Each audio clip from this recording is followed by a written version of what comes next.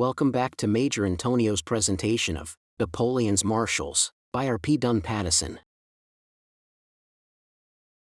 Chapter 11, Louis Gabriel Suchet, Marshal, Duke of Albufera. Louis Gabriel Suchet, the son of a silk manufacturer, was born at Lyons on March 2, 1770. His father had acquired a certain eminence by his discoveries in his profession and had occupied a prominent place in the municipality of Lyons. Louis Gabriel, who received a sound education at the College of Isle-Barbe, early showed that he inherited his father's gifts of organization and research. In 1792, he entered a corps of volunteer cavalry. His education and ability soon brought him to the front, and after 2 years' service, he became lieutenant colonel of the 18th Demi-Brigade, in which capacity he took part in the siege of Toulon. There he had the double good fortune to make prisoner General O'Hara, the English governor of the fortress, and to gain the friendship of Bonaparte. Suchet and his brother accompanied the future emperor on many a pleasant picnic, and the three were well known among a certain class of Marseille society. But this was but a passing phase, and soon the thirst for glory called the young soldier to sterner things. The campaigns of 1794-5 in the Maritime Alps, the Battle of Loano, and the fierce fights in 1796 at Lodi, Rivoli, Arcola, and Castiglione proved Colonel Suchet's undaunted courage and ability as a regimental commander. In 1797, for his brilliant conduct at Neumarkt, in Styria, Bonaparte gazetted him General of Brigade. In his new capacity, Suchet proved that he could not only carry out orders, but act in semi-independence as a column commander.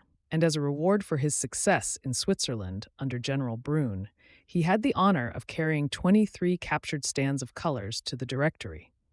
At Brune's request, he was sent back to Switzerland to act as chief of his staff. Suchet had to a great extent those qualities which go to make an ideal staff officer. He had a cheery smile and word for everybody, and his tall, upright figure and genial face inspired confidence in officers and men alike. As a regimental commander and a general of brigade, he had a sound knowledge of the working of small and large corps, and his early experience as a cavalry officer and his intimate acquaintance with the officers of the artillery stood him in good stead. He had a natural aptitude for drafting orders, and his tact and energy commended him to all with whom he served. But above all, he had the secret of inspiring those around him with his own vehemence and enthusiasm.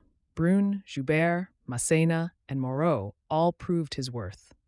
And MURAT only expressed the opinion of the others when he said to a friend, "Your general is one of the best staff officers in all the armies of France."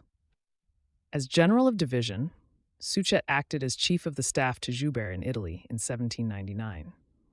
Later in the year, he commanded one of the divisions of the Army of the Alps under MASSÉNA and fought against the celebrated Suvorov. But when Joubert was hurriedly dispatched to Italy, he at once demanded to have Suchet as chief of the staff. On Joubert's death at the Battle of Novi, Suchet served MASSÉNA in a similar capacity. The latter was so delighted with him that he wanted to carry him off to the Army of the Rhine. But in that disastrous year, men of ability could not be spared, and Bernadotte, as Minister of War, retained him in Italy to aid the new commander-in-chief with his clear insight as the public weal demands. When MASSÉNA took command of the Army of Italy in March, he detached Suchet to cover France on the line of the Var, while he, with the rest of the army, threw himself into Genoa. The commander-in-chief had absolute confidence in his lieutenant.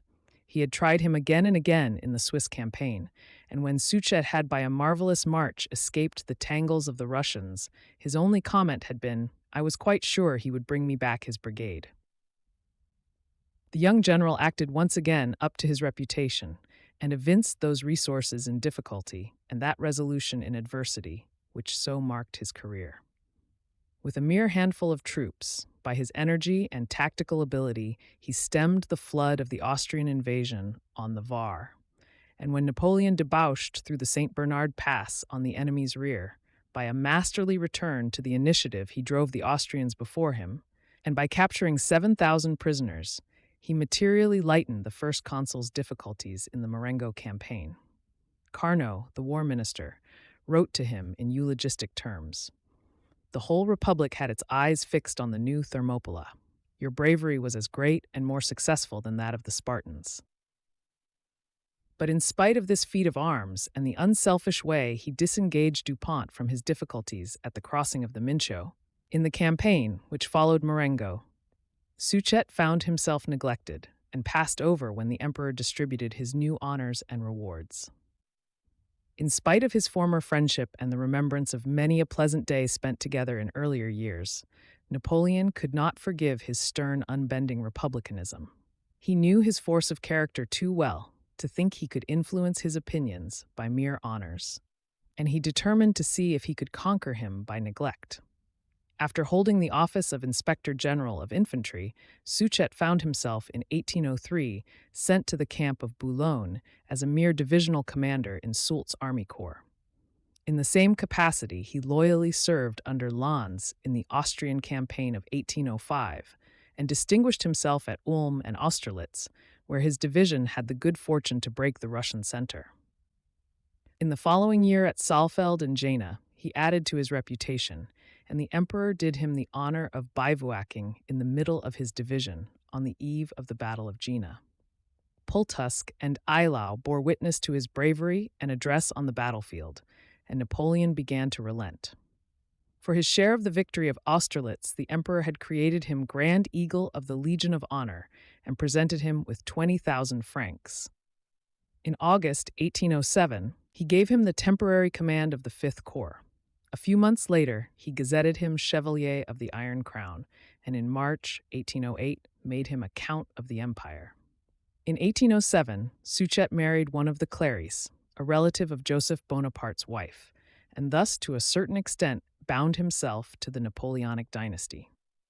Still, it was only as a divisional commander of the Fifth Corps under Lannes that in 1808 he entered Spain, the scene of his glory. But when the war brought to light the poor quality of many of the marshals, and the approaching conflict with Austria caused him to withdraw his best lieutenants to the Danube, Napoleon bethought him of his new relative and former comrade. After the siege of Saragossa, he gave him the command of the Third Corps, now known as the Army of Aragon. Suchet's hour of probation had at last arrived. He had so far shown himself an excellent interpreter of the ideas of others, a man of energy and resource in carrying out orders. It remained to be seen whether he could rise to the height of thinking and acting for himself in the plane of higher strategy. The situation the new general was called on to meet might have depressed a weaker man. The Third Corps, or Army of Aragon, had been severely shaken by the long, stubborn siege of Saragossa. Many of its best officers and men were dead or invalided to France. The ranks were full of raw recruits who had not yet felt the bit of discipline. There were no magazines. The men's pay was months in arrear. The morale of the troops was bad.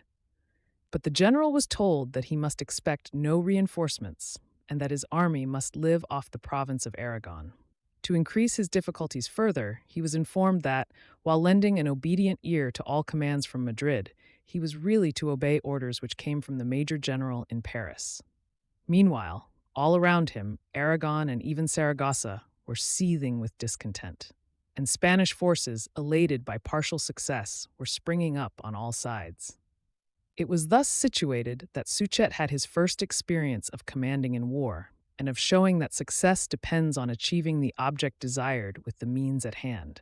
Luckily for his reputation, he fulfilled Napoleon's dictum that a general should above all be cool-headed in order to estimate things at their value.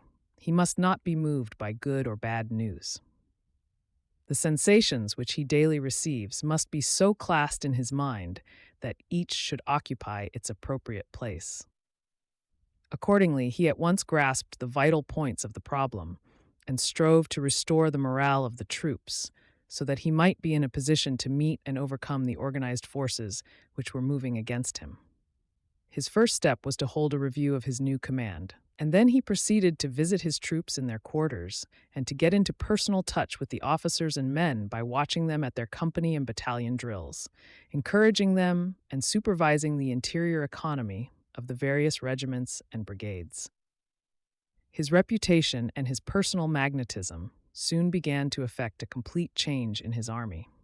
But unfortunately, the enemy, fighting in their own country, where every inhabitant was a spy on their side, knew, as well as the general himself, the exact state of the French morale, the position of every unit, and the strength of each company and squadron. So accurate was their information that on one occasion, when a battalion was dispatched on a reconnaissance to occupy a small town, and the officer commanding demanded 1,000 rations for his men and 100 for his horse, the alcalde at once replied, "I know that I must furnish rations for your troops, but I will only supply 780 for the men and 60 for the horses," as he knew beforehand the exact number of men and horses in the column. The Spanish General Blake, with this wonderful intelligence organization at his command, called together his troops and took the initiative against the new French commander by advancing towards Saragossa. Suchet, recognizing the importance of utilizing to the full the élan which the French soldier always derives from the sense of attacking, advanced to meet him near Alcañiz, but Blake easily beat off the French attack. So demoralized was the army of Aragon that on the following night, when a drummer cried out that he saw the Spanish cavalry advancing, an entire infantry regiment threw down their arms before this phantom charge. The offender was brought at once before a drumhead court-martial and shot, but with troops in such a condition, the French commander very wisely slowly fell back the next day towards Saragossa. The situation was extremely critical. A hurried retreat would have roused all Aragon to the attack. Fortunately, the morale of the Spanish troops was also none too good, and Blake waited for reinforcements before advancing. Meanwhile, Suchet spent every hour reorganizing his army, visiting with speedy punishment all slackness, encouraging where possible by praise, everywhere showing a cheerfulness and confidence he was far from feeling. Every day the troops were drilled or attended musketry practice. The ordinary routine of peace was carried out in every detail, and the civil and military life of Saragossa showed no signs of the greatness of this crisis. Meanwhile, care and attention soon showed their effect, and when 3 weeks later the enemy appeared at Maria before Saragossa, Suchet had under his command a force full of zealous desire to wipe out its late disgrace and absolutely confident in its general.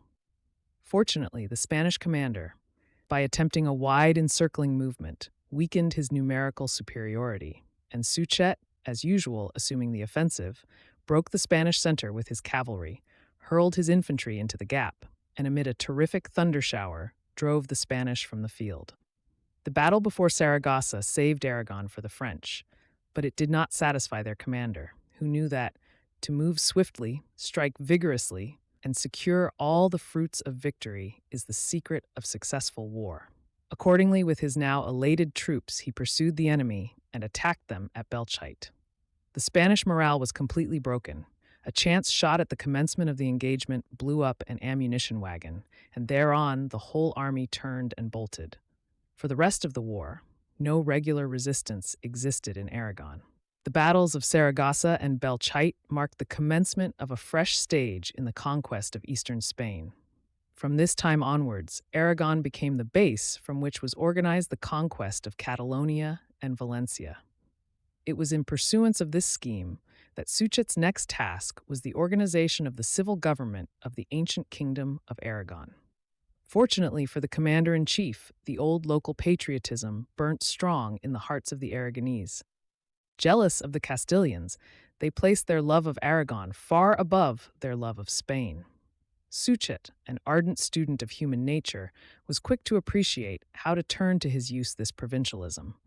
Loud in his praises of their stubborn resistance to the French arms, he approached the nobles and former civil servants and prayed them to lend him their help in restoring the former glories of the ancient kingdom of Aragon.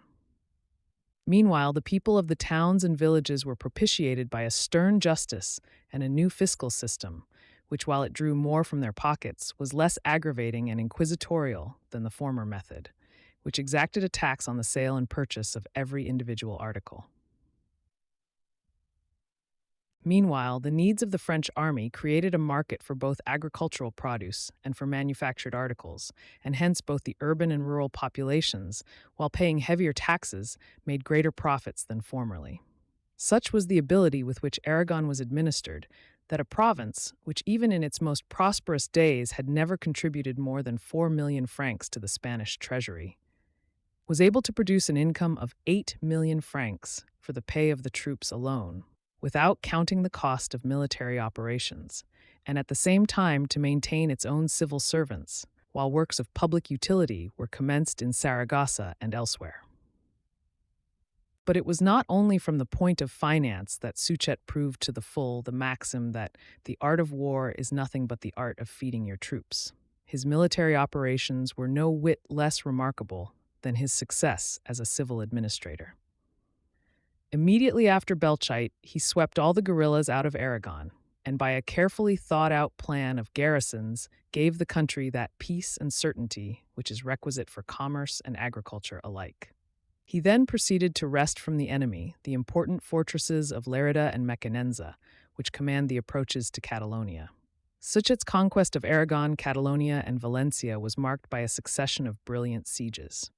Lerida, Mequinenza, Tortosa, the fort of San Felipe, the Col of Balanquer, Tarragona, Sagunto, and Valencia all fell before his conquering arm, for Spain had to be won piece by piece.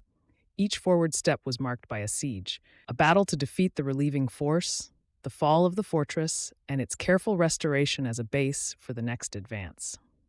It was not owing to any weakness or want of precaution on the part of the enemy that Suchet thus captured all the noted fortresses of central Spain. In every case, the Spaniards fought with grim determination, and the regular Spanish armies, aided by swarms of guerrillas, made desperate efforts to relieve their beleaguered countrymen. But the French success was due to the qualities of their general. With a patience equal to that of Marlborough, with a power of supervision over detail like that of his great chief, Suchet knew exactly how to pick his staff and how far to trust his subordinates. Above all, he had absolute self-control. In the blackest hour, he never gave way. Under the most extreme provocation, he never lost his temper. Hence his own troops idolized him, while his perfect justice impressed itself on the enemy. Though the Spanish priests were teaching the catechism in every village that it was one's duty to love all men except the French, that it was not only lawful but one's sacred duty to kill all Frenchmen, though a letter was captured in which a guerrilla chief ordered his subordinates to make every effort to capture Madame Suchet and to cut her throat, especially because she was pregnant. The commander-in-chief kept his men in absolute control and punished with the greatest severity every outrage committed by his troops. The battle and siege of Valencia in 1811 were the crowning success of his career and brought as their reward the long-coveted Marshal's baton and the title of Duke of Albufera. To support his title, the emperor granted him 500,000 francs, a greater sum than he gave to any other of his paladins. The year 1812 saw the marshal busily engaged in reorganizing the province of Valencia on the lines he had found so successful in Aragon.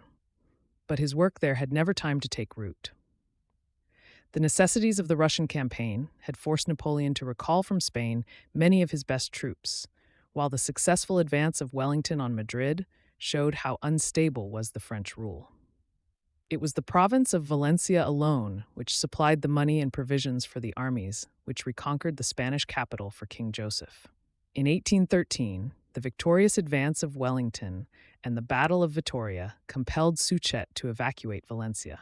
The fall of Pampeluna caused him to evacuate Aragon. Deprived of all his trustworthy troops, he still, by his bold counterattacks, delayed the advance of the English and Spaniards under Bentinck. But by the time Napoleon abdicated, he had been compelled with his handful of men to fall back on French territory. Under the Restoration, the Marshal was retained in command of the 10th Division, but on Napoleon's return from Elba, he once again rejoined his old leader, whom he had not seen since 1808. The Emperor greeted him most cordially. "Marshal Suchet," he said, "you have grown greatly in reputation since last we met. You are welcome. You bring with you glory and all the glamour that heroes give to their contemporaries on earth." The Marshal was at once sent off to his old home of Lyons to organize there out of nothing an army which was to cover the Alps. Men there were in plenty, but the arsenals were empty. Still, the Marshal with 10,000 troops beat the Piedmontese on June 15th and a few days afterwards defeated the Austrians. But the occupation of Geneva by the Allies forced him to evacuate Savoy and fall back on Lyons, where he was greeted with the news of Waterloo. Under the Second Restoration, the Marshal never appeared in public life and died at the Château of Saint-Joseph at Marseille on January 3, 1826. Talking to O'Meara at St. Helena, Napoleon said, "Of the generals of France, I give the preference to Suchet. Before his time, MASSÉNA was the first." At another time he said of him, "It is a pity that mortals cannot improvise men like him. If I had had two marshals like Suchet, I should not only have conquered Spain, but have kept it." While making due allowance for the probability that the emperor was influenced in this speech by the fact that Suchet alone relieved the gloom of the unsuccessful war in Spain, it is yet abundantly clear that the marshal was a commander of no mean ability. For though he did not show the precocity of a Marmont, yet, as Napoleon himself said, Suchet was a man whose mind and character increased wonderfully. As a commander-in-chief, though acting in a small sphere and never having more than 50,000 troops under his command, he showed that he possessed determination, insight, and great powers of organization. From the first, he saw that the one and only way to wear down the Spanish resistance was to capture the fortresses. Hence his operations were twofold: the conduct of sieges and the protection of his convoys from the guerrillas. He justified his reasoning. By 1812, he had captured no less than 77,000 officers and men, and 1,400 guns, and had pacified Aragon, Valencia, and part of Catalonia. Another great secret of his success lay in the fact that he knew how to profit by victory. The Battle of Belchite followed on that of Maria. No sooner was Lerida captured than plans were made to take Mequinenza, and before that fortress was captured, the siege train for Tortosa was got ready. Profiting by the depression of the enemy after the fall of Tortosa, he dispatched columns to capture San Felipe and the Col of Balancar.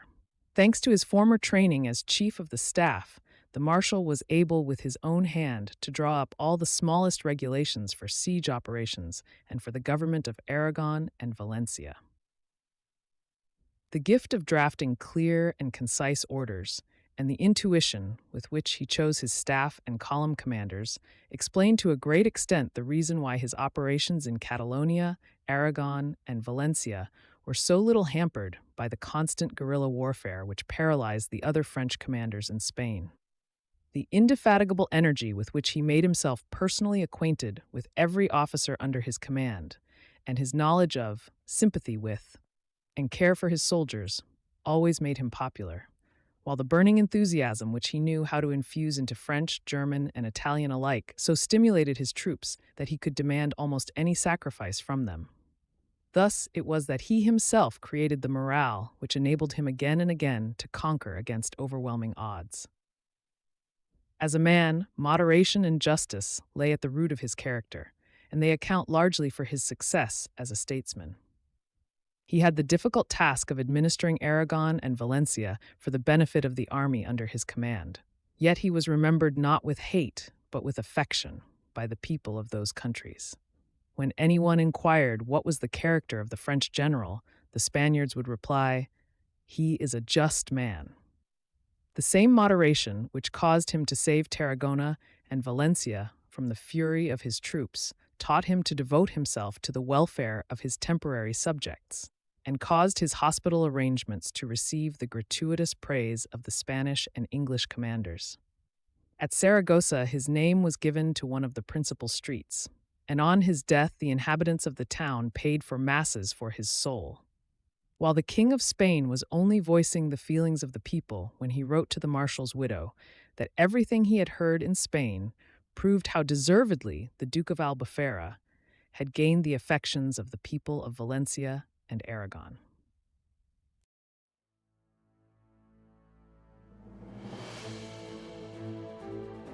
This concludes Chapter 11 of Napoleon's Marshals by R.P. Dunn-Pattison. Join us also for Chapter 12 about Laurent Gouvion Saint-Cyr. Subscribe to Major Intonio's channel. We'll get back to you next week. Thank you very much, and so long.